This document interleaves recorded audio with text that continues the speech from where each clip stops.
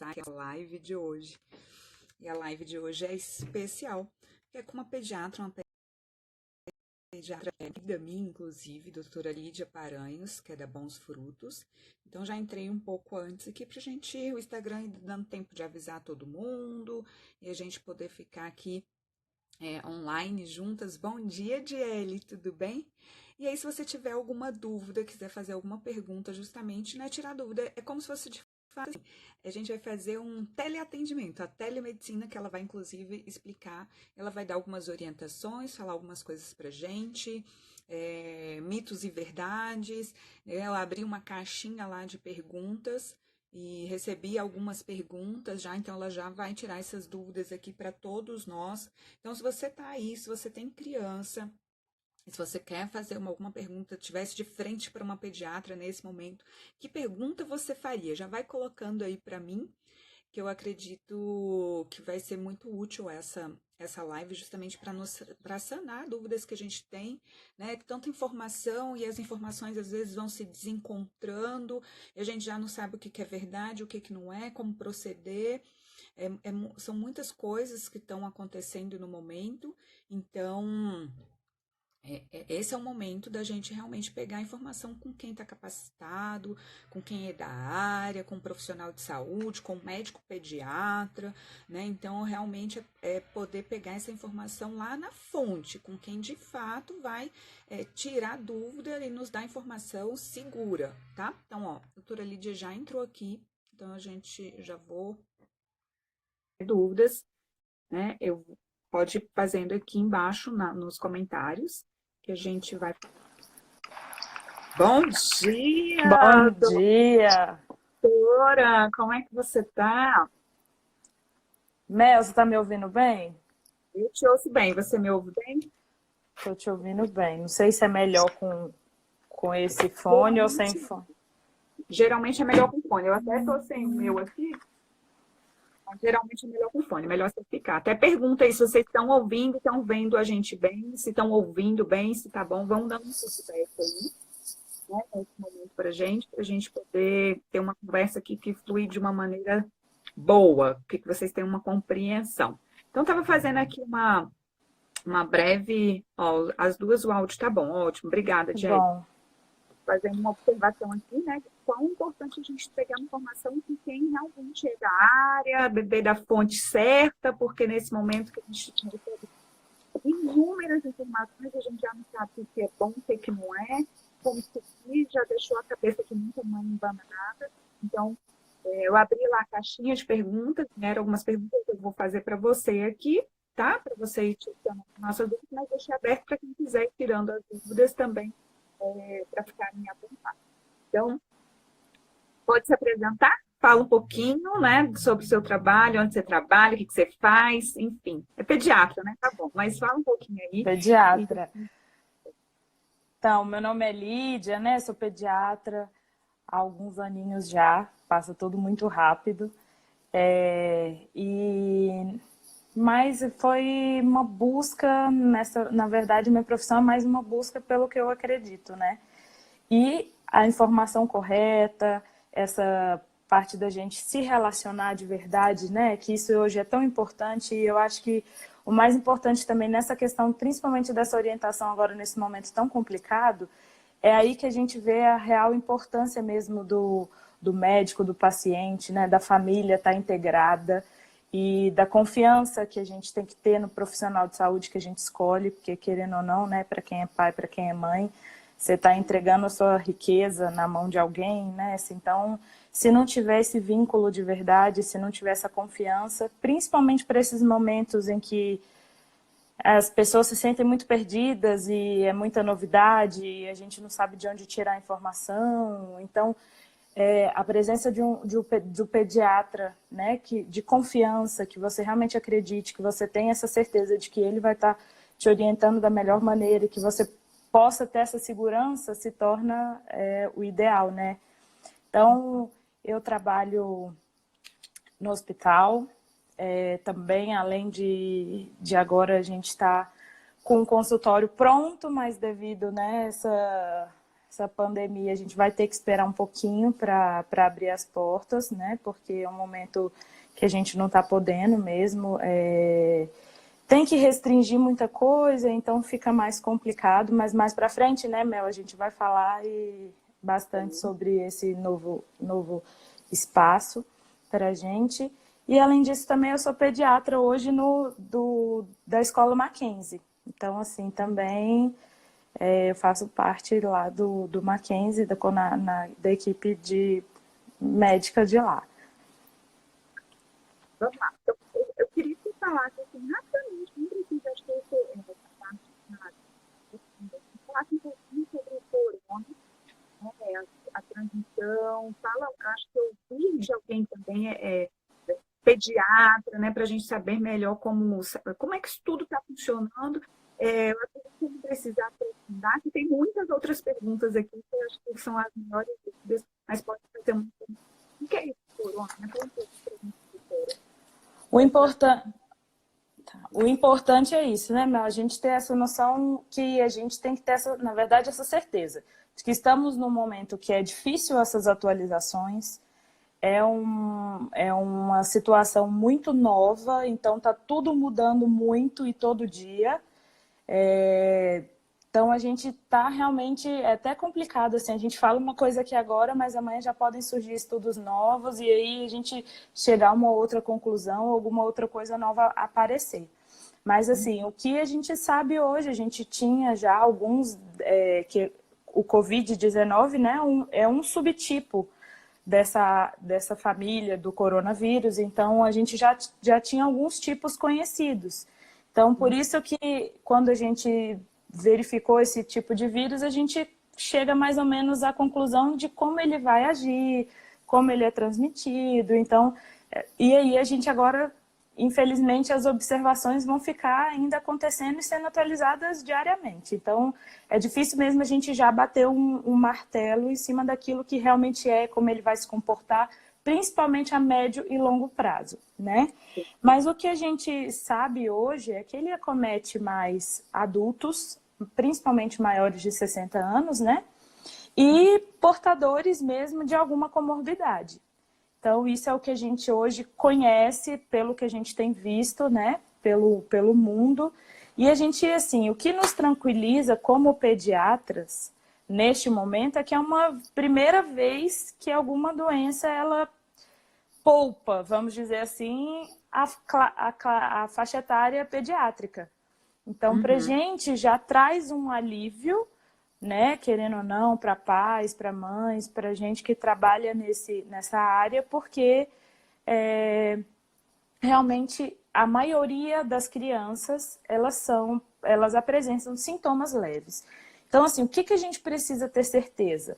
É que as crianças, entender, né, elas não são imunes, tá? Sim. Elas são... As pessoas ficam falando depois, né? Ah, mas teve uma criança que pegou, teve não sei quem, teve um jovem que morreu, né? Não quer dizer que que são imunes, né? Não é isso. Exatamente. Então, não é imune, não somos imunes, as crianças não estão imunes. A questão é que a maioria das crianças se tornam portadores assintomáticos. Então, por ser muito leve os sintomas na criança, às vezes a criança, né, vai servir só de canal. Então, por que da gente afastar as crianças? Por que as crianças realmente estão mais distantes disso? A gente está tendo que deixar, né, as crianças em casa exatamente por causa disso, porque elas são portadoras assintomáticos. Então, onde essa criança está indo, ela pode estar transmitindo esse vírus, e aí para pessoas que vão sim apresentar sintomas, né, moderados, graves, né, gravíssimos. Então, essa é a questão da criança, porque que a gente conversa dessa dificuldade. Qual é o lugar da criança nesse cenário? Que a gente se preocupa é realmente dele ser portador assintomático disso, tá? Mas não mesmo da doença em si em crianças. Acontece? Acontece. Já tiveram casos? Pouquíssimos, pouquíssimos, pouquíssimos. E os que a gente tem relatado são crianças que já têm alguma comorbidade associada, tá? Então, não teve assim...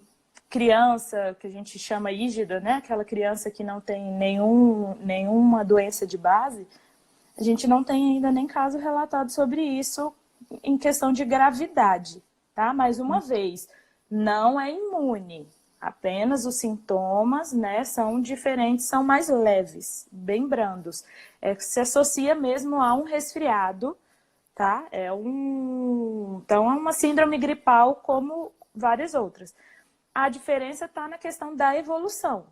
E aí o que a gente considera grave dessa evolução, e é o que a gente está preocupado realmente, o que a gente se importa de ficar batendo na tecla, é a questão da dispneia. O que é essa dispneia? É a falta de ar. Então, o importante para a gente aqui é reconhecer isso, uma dificuldade respiratória, tá? Então, para as crianças mesmo, mas como eu vou saber que está com uma dificuldade respiratória? Fica bem claro. E o que eu posso falar, assim, como é importante a gente reconhecer o normal. Então, é importante que eu reconheça o meu filho quando ele está bem, uma respiração dele quando ele está tudo bem. Porque quando algo estiver diferente, você vai perceber, tá? Então, aí sim principalmente para as crianças, é o que a gente precisa estar atento. Então, é quando a gente realmente vai ter que sair das nossas casas para procurar atendimento hospitalar. Então, é quando apresenta esse quadro, tá? Agora, tosse, a febre, esses sintomas mais específicos mesmo de qualquer gripe, a gente precisa ter esse cuidado. Talvez ainda não seja o momento. Então, a gente espera um pouquinho para a gente poder, lá na frente, ver essa evolução e aí a gente poder também, para a gente não encher, né? Os hospitais e essas coisas. Então, ou seja, a melhor recomendação, se eu vi que meu filho está ali mais gripado, com uma tosse, ainda é ficar em casa, né? Se tiver essa alteração respiratória, é que você tem que vá para o hospital, procure um médico. Seria isso? É exatamente isso. Então, tem um momento. Por isso que a gente começou conversando sobre essa questão de você ter o seu pediatra e você ter nele um apoio, ter nele uma pessoa que você confia, porque nesse momento você vai estar em contato direto com ele, exatamente buscando essas orientações para que a gente evite, né? Porque, assim, com certeza o hospital é um lugar muito mais contaminado, né, do que a nossa casa hoje nessa situação que a gente está. Então, para a gente sair da nossa casa, tudo bem, e você ir para um lugar em que você vai ter um contato muito maior com esse vírus, então a gente precisa sim de ter esse esperar. É necessário esperar nesse momento, tá? Então, o contato com o pediatra é essencial aí nesse momento, você ter essa confiança, essa segurança no profissional que você escolheu para cuidar dos seus filhos. E bom, justamente. Oi, bom dia, Grazi. A Grazi aí do Mães de Brasília aqui com a gente prestigiando. Bom dia, Grazi. Legal que você falou é justamente para que a gente tranquilize, porque eu vejo muita notícia. Não, criança, não tem nada, criança morreu. Rolou um vídeo aí, não sei se chegou mostrando eu acabei assim, nem sei por quê. Lá com problema respiratório, claro que aquilo traz um choque, né? Traz um olhar, nossa, meu Deus, traz um desespero, né? Um pânico. Então, mas, o que eu achei legal você falar justamente isso. Não é que não vá pegar, gente, mas a gente precisa compreender que as crianças, elas são mesmo né? Imunes, não é exatamente imunes, né? Assintomáticas, ou seja, elas vão ter a maioria, inclusive, a gente vai para essa criança sem saber, né? Sem saber, mas a ideia de meu áudio está falhando.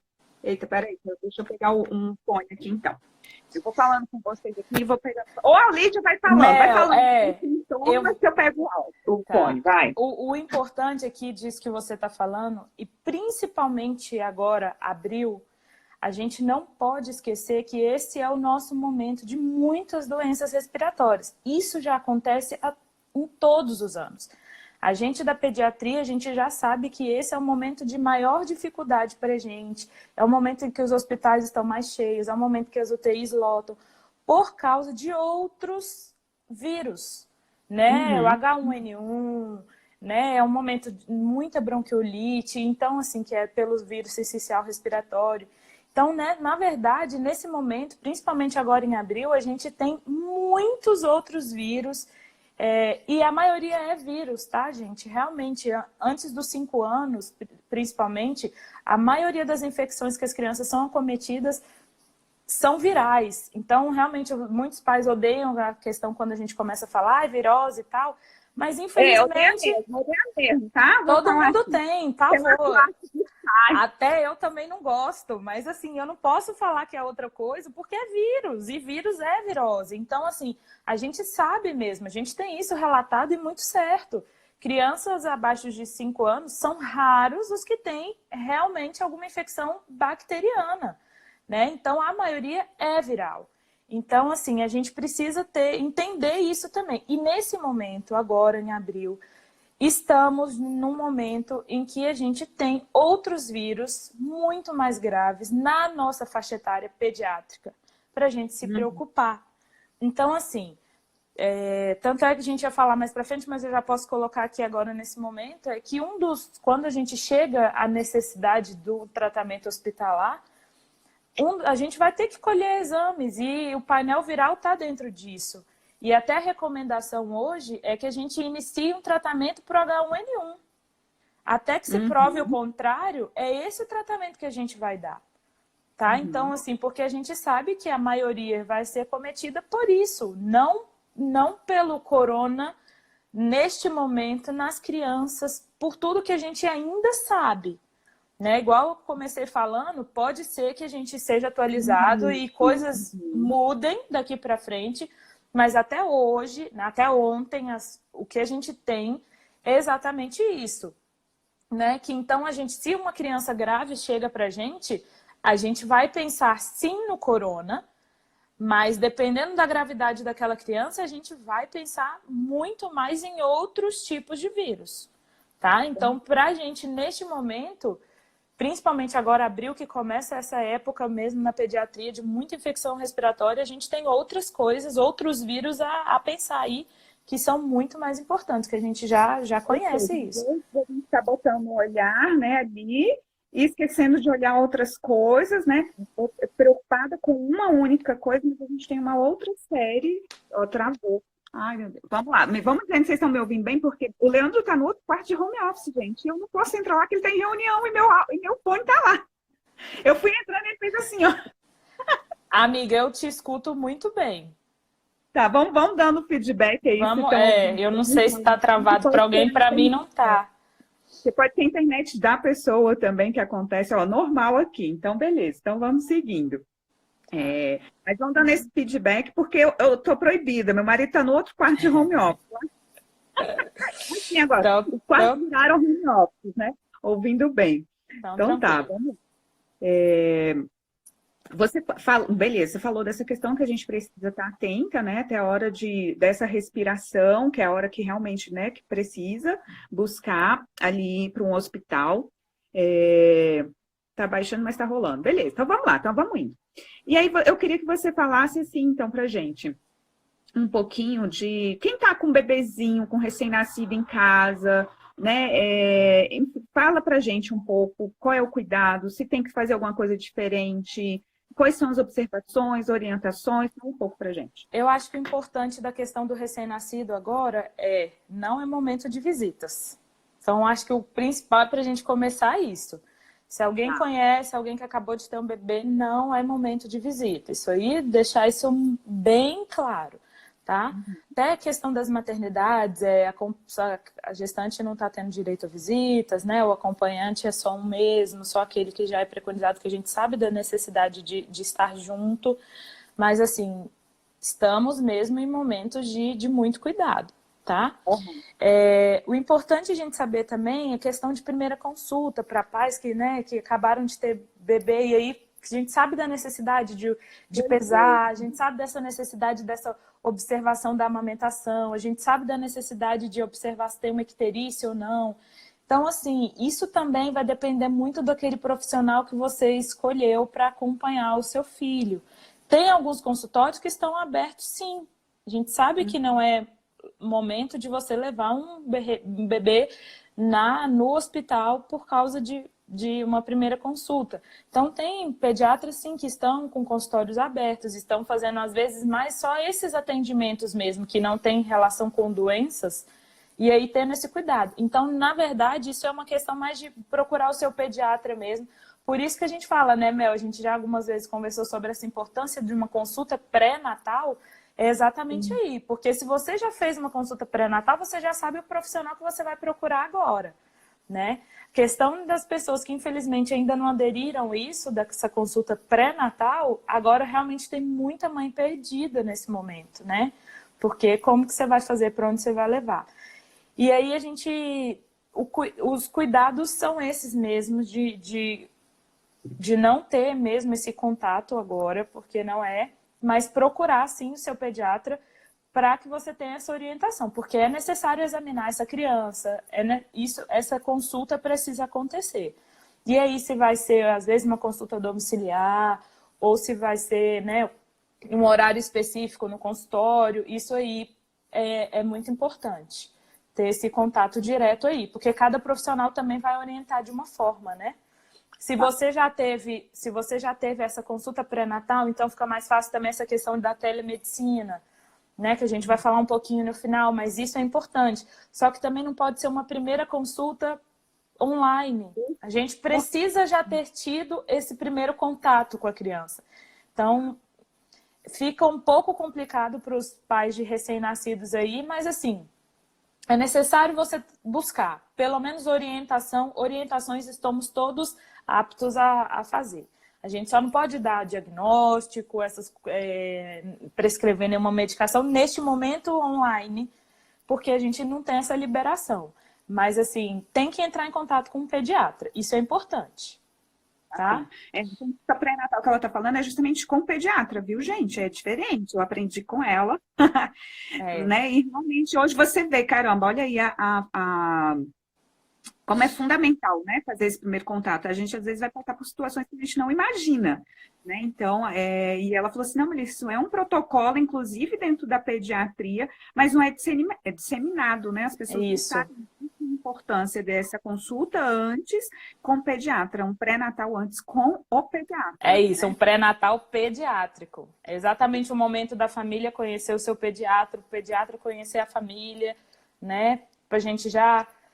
entender a necessidade de um, de outro, então para a gente já ficar conhecido mesmo para naquele momento dar uma primeira consulta, você já se sente confortável, né? Então isso é importante. Nesse assunto, é importante a gente falar sobre a amamentação, né, Mel? É um ponto que levantam bastante se há essa transmissão pelo leite materno, né? Então, assim, até hoje, o que a gente tem de estudos é que não há nem transmissão pelo leite materno e nem a transmissão vertical, né? Que é aquela mesmo ainda durante a gestação, tá? Em líquido amniótico não foi verificado o vírus, não. A presença de vírus, não, tá?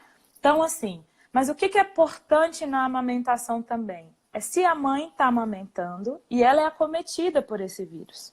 Então, qual é a situação? O que eu vou fazer diante disso? Eu vou continuar amamentando ou não? Então, assim, o que a Sociedade Brasileira de Pediatria deixou claro para a gente é que não há essa transmissão, então você pode sim. Você não tem contraindicação nenhuma para amamentar, certo? Mas e aí, se eu estou com o vírus, o que eu vou fazer? Eu tenho os meus cuidados na hora da amamentação. Então, ali é lavar bem as mãos e vai ter que estar usando a máscara. E aí, aquela máscara simples mesmo, tá? Que a gente chama de máscara cirúrgica. Não são aquelas outras máscaras N95, não tem essa necessidade, tá? Então, é lavar bem as mãos e aí usar álcool, né? E aí usar essa máscara. Então, é um momento... Você falou da máscara e agora eu tenho uma dúvida, né? E eu queria te fazer uma pergunta. Por exemplo, eu estou vendo... eu acredito, assim, as orientações é que a gente não vá comprar as máscaras, né? Porque tem o pessoal da profissional de saúde que vão precisar, as pessoas que estão na linha de frente, ali mercado, sei lá, algumas coisas nesse sentido. E aí eu vi muitas mães fabricando, né? Mães, costureiras, necessariamente indicando algumas máscaras. Elas são eficazes? Você acha que é válido a gente usar? Por exemplo, se eu tiver que encontrar meu pai por algum motivo, eu usar uma máscara assim, ela vai ser eficaz? Não vai? Me fala um pouco. A máscara é para quem está doente. Então, é Uhum. o que a gente está colocando hoje, tá? Porque a gente até, eu nem falei, entrei nessa questão da transmissão, é que a gente sabe hoje que a maioria das transmissões ocorre por gotículas. Então, o que que é isso? Então, quando a gente fala, quando a gente tosse, quando a gente espirra, a gente libera essas partículas, tá? Então, nisso vai aí essa transmissão acontece, esse contágio acontece por causa desse contato próximo. Então, a gente sabe que essas partículas, essas gotículas, elas também têm o quê? Elas têm um peso, vamos colocar assim. E aí elas caem, elas não conseguem ficar flutuando, voando. Por isso que a gente tem essa, além de lavar as mãos, de higienizar com álcool, gel, a gente tem essa questão do espaço de segurança. Exatamente. Por que a gente coloca o metro? Porque é mais ou menos pelo tamanho, pelo peso da gotícula, a gente sabe que ela não vai ultrapassar disso, tal, então não vai acontecer essa Tem um contaminação. físico aí por trás, né? Tem todo Exato, tudo, né? exato. Não é por nada, tem um porquê, tá? Então é exatamente por causa disso que eu tenho que entender que assim, a máscara eu vou usar se eu estou doente, porque eu não quero que isso passe para os outros. E aí, por que tem a diferença também das máscaras? É por causa, às vezes, até dessas micropartículas, ou não, elas são maiores. Então, se fossem menores, a gente tinha que usar um outro tipo de máscara, um outro tipo de segurança, a quantidade de metros seria maior. Então, assim, a gente entra em conversas que são mais específicas, mas assim, o que a gente precisa entender hoje é que, infelizmente, falta. Porque tem gente que não tem a necessidade e estocou muita coisa. Então, assim, a gente precisa entender aonde cabe, né? Então, profissionais de saúde hoje estão precisando, porque a gente está dentro do hospital, a gente fica ali, né, na linha de frente. Então, para a gente não pode faltar.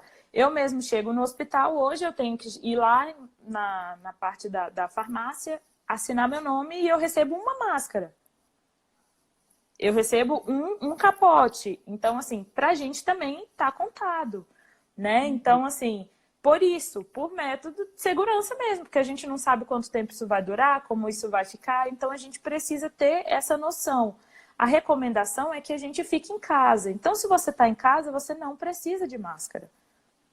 Mas né? a minha preocupação E aí, com as outras, se eu você me sai... Por acaso eu estou assintomática e eu não sei, por acaso. Eu estou reclusa, mas o Leandro teve que fazer algumas saídas, de ir ao mercado, alguma coisa nesse sentido. Então, eu não sei se isso pode estar aqui em casa, porque nós somos assintomáticos. Eu posso estar assintomático, né? Não sei se as crianças. E aí, por um acaso, eu vou precisar ir ver meu pai. Vou precisar ir lá socorrer. Eu te entendi. Se você tem que ir com a máscara ou não. Não é obrigatório o uso da máscara para quem não está sintomático. Tá. Para quem está sintomático, é obrigatório o uso da máscara. Exatamente porque aquilo vai ficar lá. Ela não vai propagar. Tá? Beleza. A gente está usando, tem muita gente que está usando, a gente vai no mercado, vê que está todo mundo aderindo, sim, a luva tal. Isso é importante? É importante, gente. Mas é assim, eu vou sair só às vezes, eu não vou ao mercado todos os dias, eu não vou ter um contato com o meu avô, com a minha avó, com meus pais todo dia. Então, assim, posso usar quando eu for fazer? Pode usar. Mas não é obrigatório. É isso que eu quero que fique claro aqui.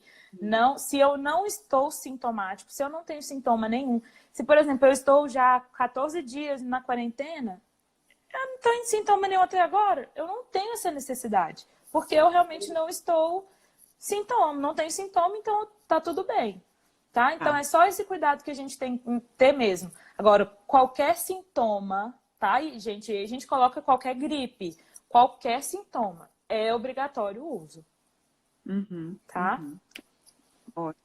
Então tá. Aí até perguntaram aqui, ó. As de tecido podem ser utilizadas pelo grupo de risco, por exemplo, caso tenha que sair? Pode. Tá. Pode. Tá? Beleza. Então tá, vamos seguindo aqui. Você falou da amamentação. Gestante, você tem alguma recomendação? uma orientação. Questão das gestantes também a gente sabe, foi o que eu falei, essa questão mesmo da transmissão aí, que ela também não tem, a gente não tem estudo nenhum referindo, né, que ocorreu essa transmissão vertical, que a gente chama, né, da mãe pro filho, né, nessa parte ainda. Então, ter essa tranquilidade. É claro que a gente não pode afirmar nada ainda. É complicado, porque a gente não tem esses estudos ainda porque está tudo muito novo. Mas o que a gente sabe ainda, o que a gente já sabe, na verdade, é isso. Que não foi encontrado nenhum vírus nisso, tá bom? Ok, e aí a gente entra, então, vamos falar de... E aí eu tenho uma série de perguntas aqui, até mais para essa parte, né? Que é grupo de risco na pediatria, né? Então, são as crianças que são asmáticas, quem é esse grupo de risco? Isso. Fala um pouco aí pra gente agora, porque aí eu tenho até algumas perguntas a mais aqui para Mel, te fazer. tá, Mel, importante pra gente é exatamente isso. A gente sabe o grupo de risco geral, que as crianças não entram, né? Mas aí a gente precisa saber, e dentro da pediatria, o grupo de risco. Ixi, né? Lídia, aconteceu. Então, assim, o grupo de risco a gente tem... Me ouve. O meu Instagram, meu telefone, não sei o que é, ele tá me trollando. Por exemplo, acabou de dar uma travadinha e quando volta eu já não ouço mais. Então você vai falar aí, eu sei que você tá me ouvindo, todo mundo tá me ouvindo, mas eu não ouço você me falar. É um negócio assim, bem, sabe? Então eu vou ter que baixar, encerrar, e aí a gente entra de novo. Eu vou deixar essa primeira parte salva, tá, pessoal? Eu vi que teve uma pergunta aqui, ó. Até agora também não foi comprovado que é a transmissão pelo leite materno. Foi, a doutora Lídia acabou de explicar justamente essa parte. Mas aí eu não vou conseguir interagir com você porque eu não te ouço. Infelizmente, eu não sei o que está acontecendo. Ontem eu até desinstalei no Instagram, instalei de novo, mas enfim. Então eu vou encerrar e a gente entra de novo. Eu peço que quem está aqui com a gente entre novamente para ela continuar, que eu acho que ela vai entrar numa parte que é fundamental aqui para a grande maioria, né? Ó, ela vai falar justamente isso, Paula. Criança que tem asma entra no grupo de risco. Eu vou encerrar porque eu não ouço nem a Lídia mais e aí a gente entra novamente.